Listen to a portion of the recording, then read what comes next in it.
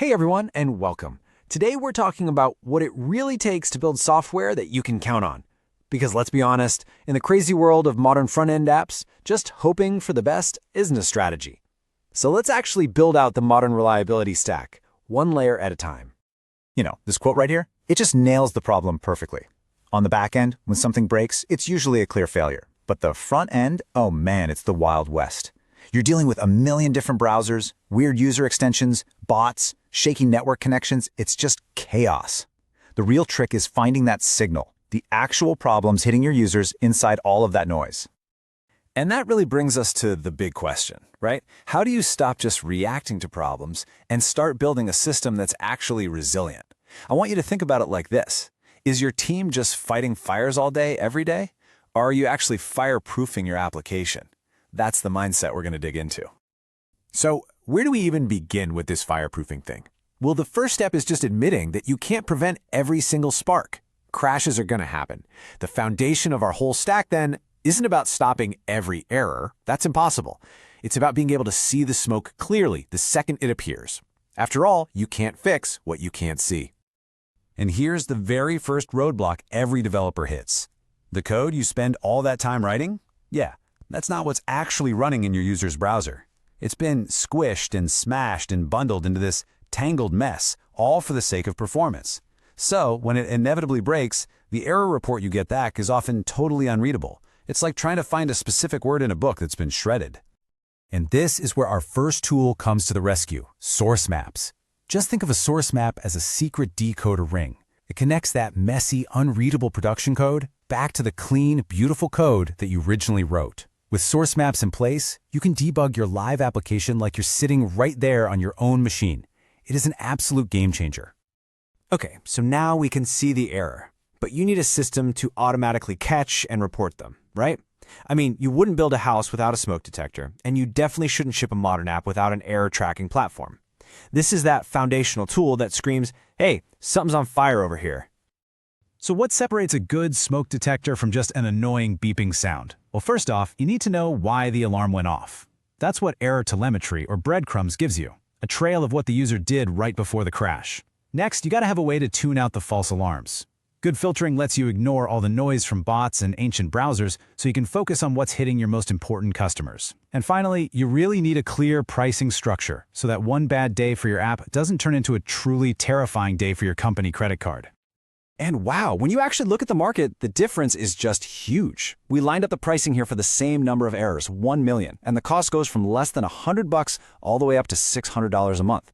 But look at the user ratings. It really shows you that the most expensive tool is not automatically the best one. It's all about finding what works for your team and your budget.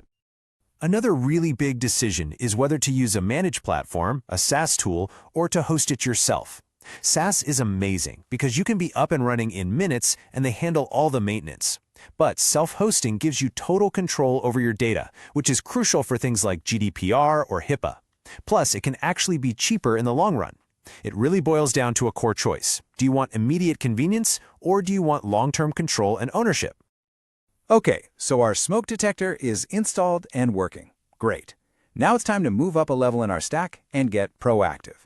See, a truly reliable app isn't just one that doesn't crash. It's one that feels fast, responsive, and stable. This is where we shift our focus from just monitoring machine errors to monitoring the actual human experience. And Google gives us an amazing framework for this with its Core Web Vitals. Let's break them down real quick. LCP is all about speed. How fast does the main stuff show up on the screen? FID is about interactivity. When a user clicks something for the first time, does the page respond instantly? And finally, CLS, which is about stability. You know that infuriating moment when you go to tap a button and suddenly an ad loads and pushes the whole page down, making you click the wrong thing? Yeah, that's CLS. These aren't just numbers. They directly affect how much users trust you and even your search ranking. So how do we actually measure these vitals? Well, we have two main ways. Think of it like this. Real user monitoring, or RUM, is like having reporters out on the chaotic streets of the real world, telling you what's actually happening. Synthetic monitoring is like running a perfect, repeatable experiment in a controlled lab. You can't have one without the other because you'll have a massive blind spot. You really need both to see the whole picture. All right, let's climb to the next layer of the stack, the human element. You can have the most sophisticated monitoring on the planet, but if the alerts just get dumped into an email inbox and ignored, they're completely worthless. This layer is all about building an effective response plan. How do we turn a signal into action? And this is so important. We have all experienced alert fatigue. It's when you get so many notifications that your brain just starts to tune them all out. If every tiny hiccup pages an engineer at 3 a.m., your team is going to burn out, and I promise you, the truly critical alerts will get missed. The goal isn't just to make less noise, it's to restore meaning to the noise, so that every single alert deserves a human response. So the strategy here is all about intelligent filtering. First, you have to be absolutely ruthless about what's an emergency. Only wake someone up if it's truly critical. Then, use tags to act like a smart switchboard, sending alerts to the right people based on things like which customer it is or who wrote the code. And finally, match the notification channel to the urgency. A 3 a.m. page for a total outage, a Slack message for something important, and just a simple ticket for everything else.